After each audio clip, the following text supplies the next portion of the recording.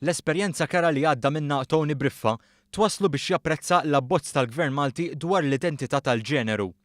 Imwielet minn ġenituri Maltin li emigraw lejn l-Awstralja, Tony llum il-ġurnata huwa attivist ta' drittijiet umani.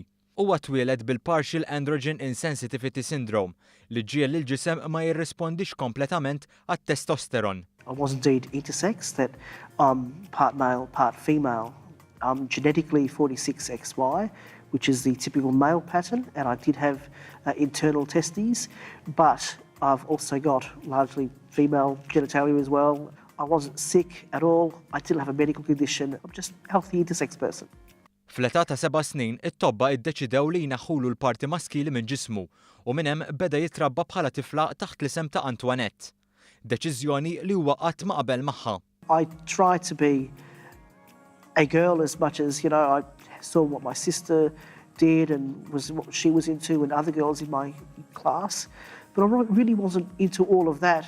L-abbozz dwar l-identità tal-ġeneru tipprojbixxi lit-tobba milli jwettqu operazzjonijiet fuq tfal intersex jekk mhux f'każ ta' emerġenza medika.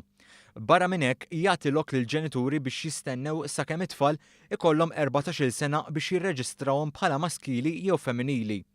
F'intervista li talet Times of Malta, Tony Briffa qal li jinsab onorat li Malta hija l-ewwel pajjiż li se tkun qed tieħu dawn il-passi. Fl-età ta' 30 sena, Tony prova jgħix ta' raġel iżda xorta ma ħassux komdu.